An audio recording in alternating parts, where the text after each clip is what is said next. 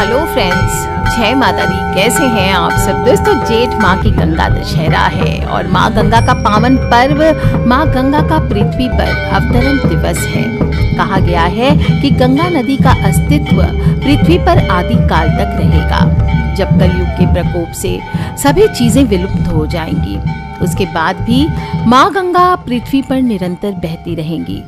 कहते हैं पहले माँ गंगा से स्वर्ग में बहती थी और जब भगवान श्री राम के पूर्वज महाराज भागीरथी ने तपस्या की तो उससे प्रसन्न होकर के माँ गंगा पृथ्वी पर आई थी। जब राजा भगीरथ को अपने पूर्वजों के तर्पण के लिए गंगा जल की आवश्यकता पड़ी, तब उनके पास गंगा जल नहीं था, क्योंकि उस समय गंगा जी केवल स्वर्ग में बहा करती थी।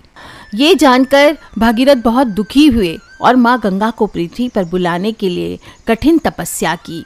सालों तक कठोर तपस्या के बाद जब कोई सफलता नहीं मिली तो राजा भागीरथ दुखी होकर कैलाश पर्वत चले गए और फिर उन्होंने दोबारा से तपस्या शुरू की। और तब माँ गंगा राजा से प्रसन्न हुई और उन्हें आशीर्वाद देते हुए कहा कि आपकी क्या इच्छा है। तब भागीरथ ने उन्हें धरती पर आने का आग्रह किया।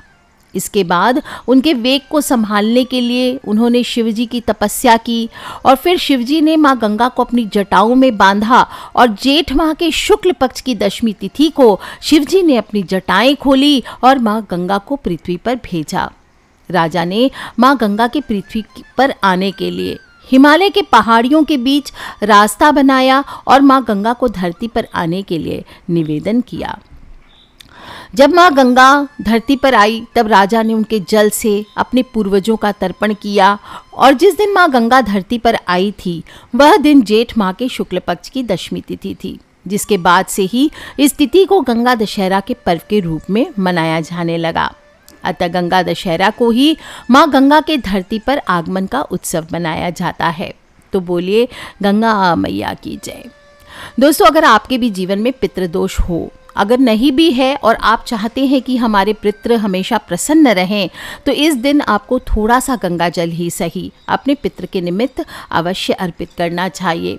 इस दिन पितरों की धूप भी ली जाती है और आपको लगता है कि आपके पितर आपका साथ नहीं दे रहे हैं, क्योंकि देखिए जिन लोगों के घर के पितर उनका साथ नहीं देते हैं या उन पर उनके पितरों को कोई बांध देता है, उनकी मुक्ति नहीं होती है ठीक से, जाने अनजाने किसी ऐसे पितर की आत्मा भटकती रहती है, तो उस घर के लोगों को कोई ना कोई कारणवश परेशानियों को झेलना ही पड़ता है। जिस घर के पितर रुष्ट रहते हैं तो सक्सेस मानो उस घर से कहीं पीछे छूट जाती है। उस घर के सब इंसान रूपी फूल कुम्हला से जाते हैं। उदासी घर पर छाई रहती है, घर में खुशियां दस्तक नहीं देती, बस दुर्भाग्य, बाधाएं, परेशानियां ये दिन पर दिन बढ़ती जाती है। हर दिन बस लगता है एक और दिन निकल जाए।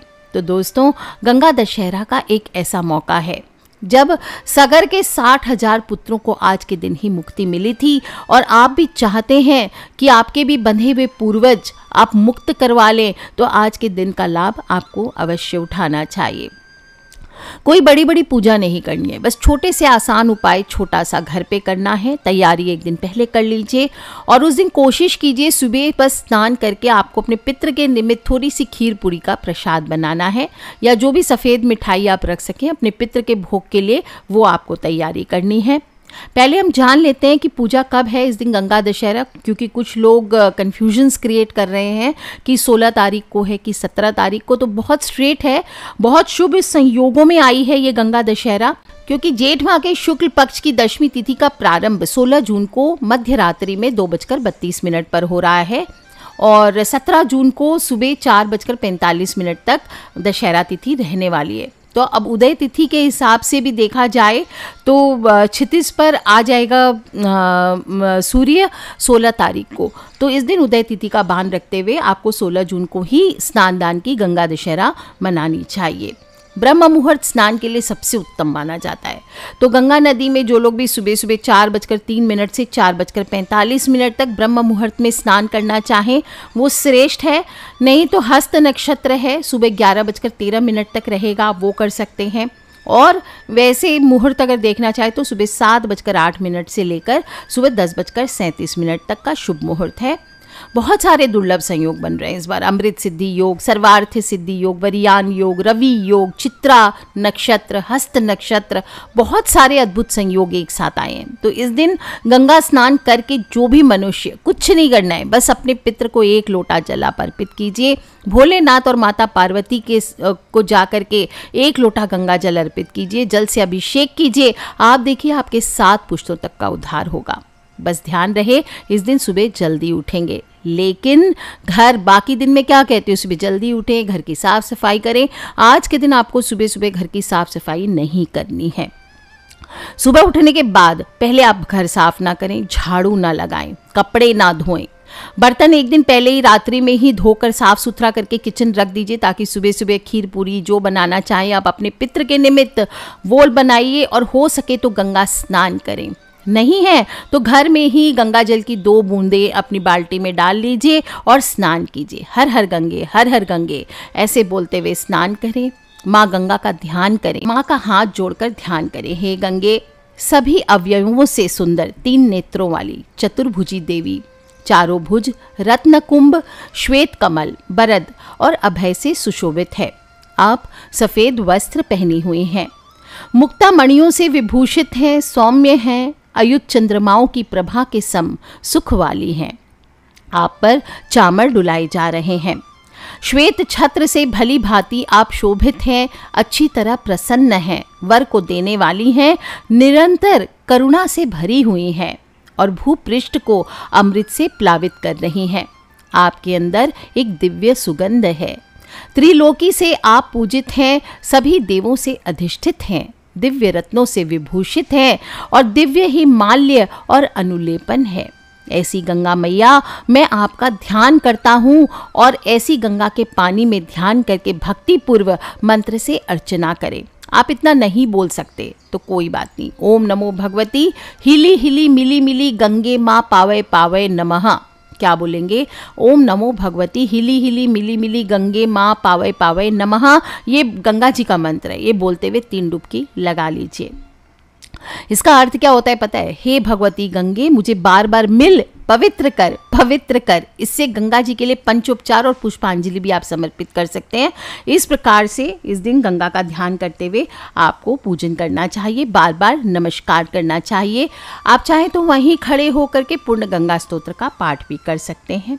प्रार्थना करें, हे देवी, हे सुरेश्वरी भगवती गंगे, आप तीनों लोकों को तारने वाली हैं। शुद्ध तरंगों से युक्त महादेव शंकर के मस्तक पर विहार करने वाली माता, हे कृपामयी माता, आप मेरी रक्षा करें, मेरे सभी पापों को नष्ट करें और इस संसार रूपी सागर को पार करने में मेरी सहायता कीजिए। दोस्तों, जो भी मनुष्य इस दिन बारंबार माँ गंगा को प्रणाम करके डुबकियां लगाता है, उसके 7 जन्म तक के पाप धुल जाते हैं। और स्नान करने के बाद थोड़ा जल लेकर के हाथ में आचमन करना चाहिए और मन ही मन हाथ जोड़कर बोले, हे माता, आपके दिव्य जल को जो भी ग्रहण करता है वो परम पद को पाता है। यमराज भी आपके भक्तों का कुछ नहीं बिगाड़ सकते।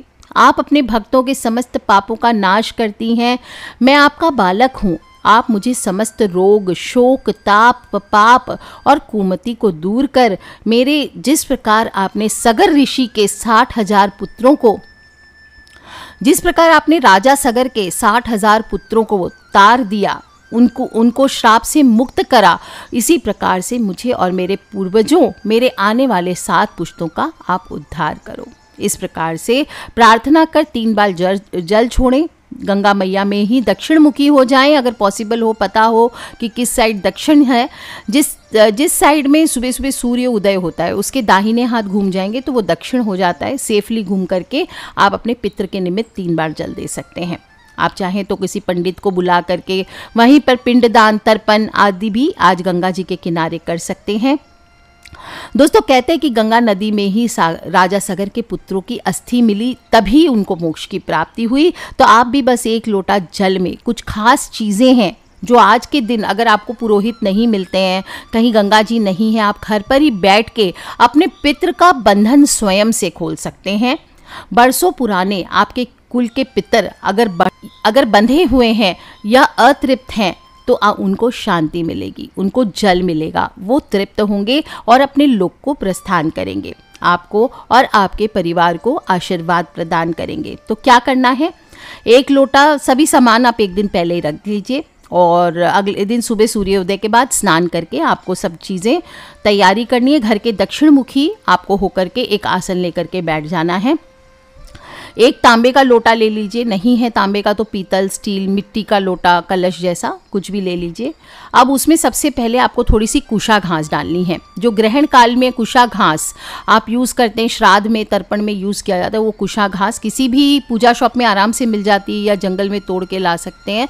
अगर नहीं है तो तुलसी पत्र ले लीजिए, 2 तुलसी का पत्ता ले लीजिए, 2 चुटकी काले तिल लेने हैं, 2 बूंद शहद डाल लीजिए उसी लोटे में, 2 चुटकी चावल डाल लीजिए, आधा चम्मच दही डाल लीजिए, आधा चम्मच कच्चा दूध डालना है, आधा चम्मच जौ डालना है, 1 चुटकी चीनी डालनी है और 1 चुटकी चंदन डालना है। गीला चंदन या सूखा पाउडर डाल सकते हैं। 1 बूंद अगर चंदन का अत्र है, ये ऑप्शनल है, आपके पास अगर ना हो तो ना डालें। और फिर इस कलश को आपको जल से भर देना है।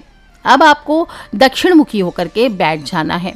आप चाहें तो पीपल के नीचे बैठ करके भी इस उपाय को कर सकते हैं। अगर गंगा जी का किनारा है वहाँ बैठ के कर सकते हैं। और ज़मीन पर आपको एक साइड में अगर घर में करें तो थोड़ी सी मिट्टी लगाकर एक पिंड जैसा गोलाकार बनाना है। मिट्टी का बना सकते हैं पिंड, या उबले हुए चावल का गोला पिंड बना सकते हैं, एक गोल आकार दे करके। अब पास में उस कलश को रख दीजिए और एक हवन पात्र में या धूपदानी में या किसी मिट्टी के बर्तन में 2 छोटे टुकड़े गोबर के कंडे जला लीजिए। और उसको पहले गोबर के कंडों को गैस पे गर्म कर लिया जाता है। जब वो लाल होके जलने लगते हैं 5-10 मिनट के बाद, तब उनको धूपदानी में रख के या हवन पात्र में रख कर उस पर बूंद बूंद करके घी डालना होता है। उसमें अपने आप अग्नि प्रज्वलित हो जाती है, जोत आ जाएगी। तब उसमें जो खीर पूड़ी या जो भी आपने प्रसाद अपने पितृ के निमित्त मंगाया है या बनाया है, उसका छोटा सा टुकड़ा लेकर के अपने पितृ को उस पर भोग अर्पित करना है। और इस प्रकार से धूप लेनी है। ओम सर्वेभ्यो पितृभ्यो नमो नमः, ओम सर्वेभ्यो पितृभ्यो नमो नमः, ऐसे बोलते हुए या पितर पितरानी की जय, पितर पितरानी की जय बोलते हुए आपको भोग अर्पित करना है। अब साइड में थोड़ा सा जल का छांटा जो आपने जल लोटे में बनाया है, उस जल को थोड़ा सा आपको उस पिंड पे चढ़ाना है, हल्का सा दुर्बा घास की मदद से या तुलसी की मदद से। अब उस धूप को उठा करके पूरे घर में घुमाइए और यथास्थान रख दीजिए। अगर आपके घर में बहुत सदस्य हैं, सब लोग पूजा करना चाहते हैं, इसी प्रकार से जोत लेना चाहते हैं पितृ की धूप में, तो सभी लोग बारी बारी ले सकते हैं। अब उस पिंड को हाथ में उठाकर घर के बाहर दक्षिण दिशा में चले जाइए, या किसी पीपल या नदी के किनारे कर रहे हैं, कोई मंदिर में भी कर सकते हैं, किसी खाली मैदान में या चौरस्ते पे भी आप जा सकते हैं और पिंड को वहाँ रख देना है। अब वो जल जो आपने बनाया है उस लोटे को साथ में लेकर के जाना है और धीरे धीरे उस पिंड पर पतली धार करते हुए आपको अर्पित करना है। अपने भीगे हुए अश्रु नेत्रों से अपने पूर्वजों, अपने अतृप्त पितरों को याद करते हुए उन्हें पुकारना है, क्षमा मांगनी है कि जाने अनजाने आपसे जो भी भूल हुई है, आपके माता पिता पूर्वजों से कोई भी भूल हुई है, तो हम उस दिल से उसकी क्षमा मांगते हैं और आप अपना भाग अर्पित कीजिए। इस प्रकार से आपको उनसे प्रार्थना करनी है। तृप्त होकर हमें और हमारे बच्चों के जो भी करियर आदि में समस्याएं आ रही है, जीवन में कलेश हो रहे हैं, रोग शोक आ रहे हैं, ताप आ रहे हैं, उन सभी चीज़ों से हमें मुक्त कीजिए और स्वयं भी आप इस प्रेत बंधन से मुक्त होकर अपने लोक को जाएं। हम सबको आशीर्वाद प्रदान करते हुए आप अपने लोक में लौट जाएं। और इस प्रकार से बोलते हुए पूरा जल आपको अर्पित कर देना है। कहीं जगह ना हो तो घर की छत या बालकनी में एक बर्तन रख के इस उपाय को कीजिए। बस ध्यान रखना है दिशा आपकी दक्षिण होनी चाहिए। और अब मुड़ करके वापस आकर के हाथ धो लें और सभी बर्तन जो भी आपने पूजा में इस्तेमाल किया वो साबुन से धोकर यथास्थान रख दीजिए। इसके बाद आप किसी ब्राह्मण को, कोई गरीब को, कोई जीव हो, गौ माता हो, कौआ हो, है ना, डॉग्स हो, किसी को भी, मछलियों को, चिड़िया को भोजन दे सकते हैं। थोड़ा सा किसी आश्रम में आप दान कर सकते हैं, गौशाला में दान कर सकते हैं। इस प्रकार से आपको थोड़ा सा दान अवश्य करना चाहिए। और चाहे तो शरबत से भरा मिट्टी का कलश भी आप दान कर सकते हैं। इससे इंसान को सभी पापों से मुक्ति मिलती है, मृत्यु के बाद मोक्ष की प्राप्ति होती है। और इसके बाद इस दिन हो सके आपको समय मिले तो गंगा अवतरण की कथा मैंने शॉर्ट में सुनाई है आपको बिगिनिंग में, किस प्रकार से भगीरथ गंगा को लेके आए थे, अवतरण की कथा। बाकी डिटेल कथा मैं दूसरे वीडियो में सुनाऊंगी, आप चाहे तो सुने और या फिर स्वयं पढ़ें, लोगों को सुनाएं। इस प्रकार से आपको गंगा दशहरा के दिन, तो दोस्तों ध्यान रखें गंगा दशहरा पर सुबह उठेंगे और भूल से भी बाकी दिनों की भांति आपको सुबह सुबह झाड़ू पोछा आदि नहीं लगाना है।